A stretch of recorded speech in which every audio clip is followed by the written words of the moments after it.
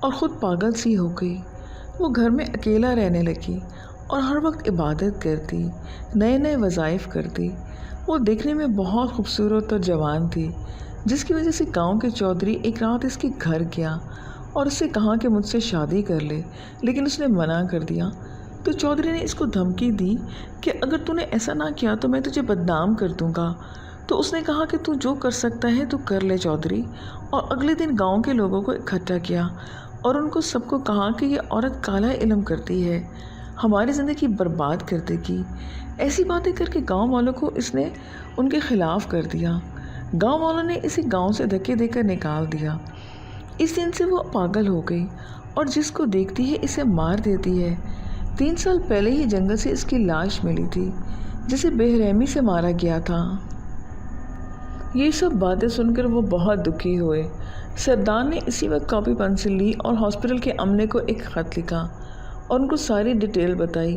انہوں نے سوچا کہ میڈیکل ٹیم آنے میں 2 دن تو لگیں گے، تو وہ اسی جگہ پر رہیں گے اور کل سب لوگ سلطان کی لاش اٹھا کر واپس لائیں گے۔ تو وہ سب لوگ سو گئے کہ اچانک بشیر نے اس کی چرپائی کے پاس تھوڑی سی آہٹ محسوس کی۔ وہ ڈر گیا اور آہستہ سے اس نے اپنی آنکھیں کھولی تو دیکھا کہ وہی عورت تھی۔ بشیر چلانے لگا اور سب اٹھ گئے۔ وہ عورت بھاگ گئی۔ تھوڑی دیر بعد گاؤں کے جانور چیخنے لگے۔ سب گاؤں والے اٹھ کر گھروں سے باہر آ گئے۔ سب جانوروں کے پاس گئے تو دیکھا کہ کوئی جانور مرے پڑے ہوئے ہیں اور سب گھر والے گھبرا گئے۔ ایک آدمی نے دیکھا کہ گاؤں کے کنویں کے پاس ایک عورت بیٹھی رو رہی ہے۔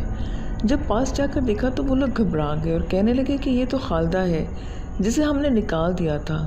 وہ عورت اٹھ کر بھاگ کھڑی ہوئی اور سب اس کا پیچھا کرنے لگے، لیکن وہ جنگل میں گم ہو گئی اور پھر وہ سب لوگ واپس آ گئے۔ پھر کچھ لوگ سو گئے اور کچھ لوگ رکھوالی کا کام کرنے لگے۔ صبح ہوئی اور سب اٹھ کر جنگل میں گئے اور سلطان کی لاش ڈھونڈنے لگے۔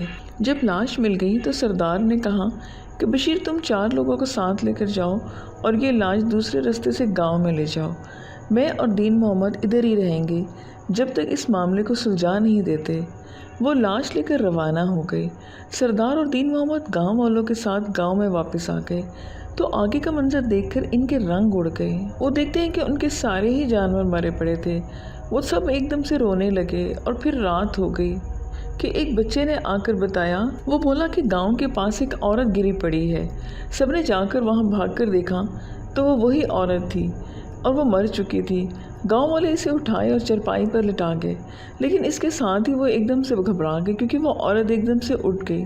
سب نے ادھر ادھر دیکھا اور بھاگنے لگے، لیکن ایک عورت حاملہ تھی، وہ بھاگ نہیں سکی اور وہیں پر گر گئی۔ وہ عورت اس کے پاس گئی اور اس کے ناخنوں سے زخمی کرنے لگی۔ گاؤں والے دیکھ کر شور مچانے لگے، لیکن وہ پاگل عورت اس کے پیٹ پر ناخن مارتی رہی، جس کی تکلیف سے وہ عورت برداشت نہیں کر سکی اور مر گئی۔ پھر گاؤں والوں نے اس عورت کی لاش اٹھائی اور روتے دھوتے واپس گاؤں میں آ گئے۔ سبھی لوگوں کی آنکھوں کے سامنے وہ پاگل عورت جنگل میں داخل ہوئی اور ایک دم سے غائب ہو گئی۔ اس دن کے بعد سے وہ عورت دوبارہ دکھائی نہیں دی۔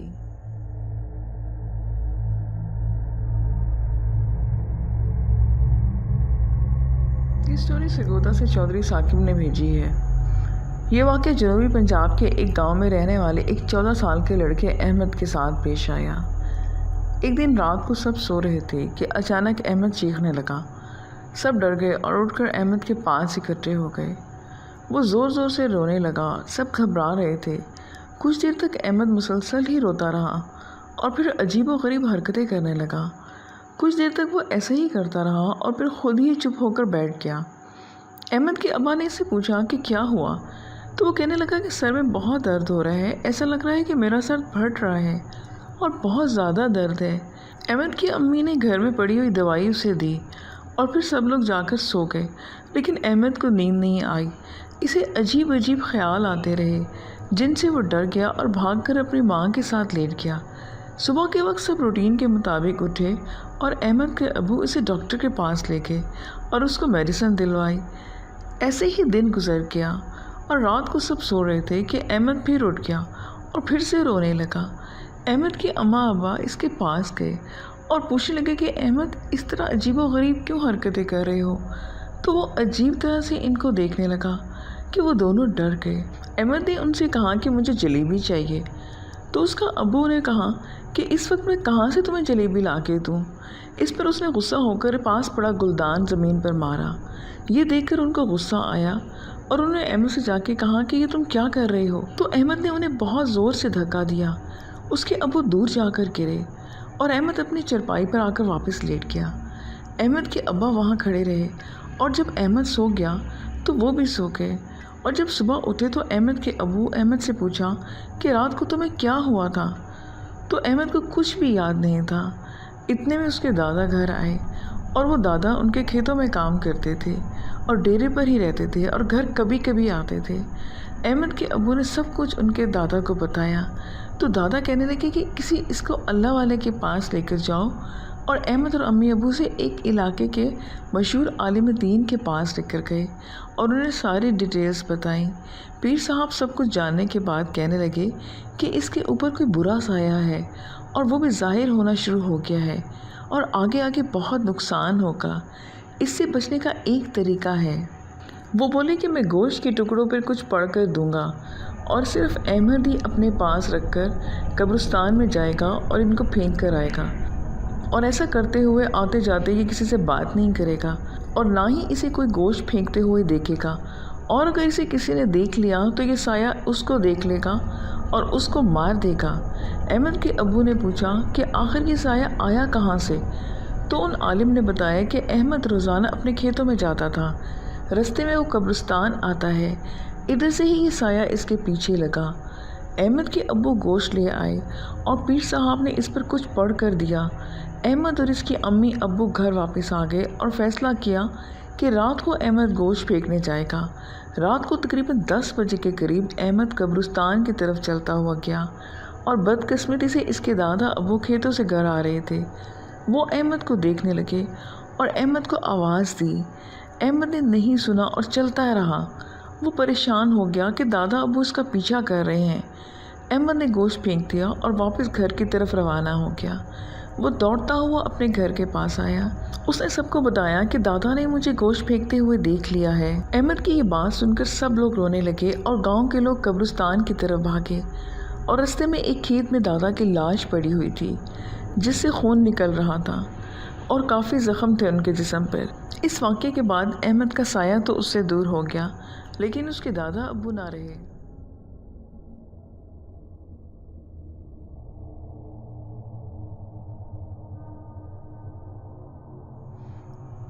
یہ کوہاٹ سے مریم خان نے سٹوری بھیجی ہے۔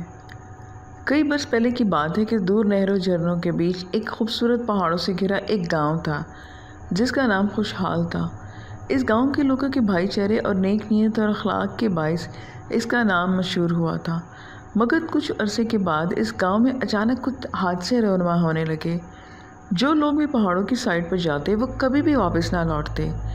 پہلے اس بات کو وہم سمجھا گیا، لیکن جب بات بگڑنے لگی تو گاؤں کے لوگوں نے مکھیا سے بات کی اور پہاڑ پر اس پار جانے پر پابندی لگا دی گئی۔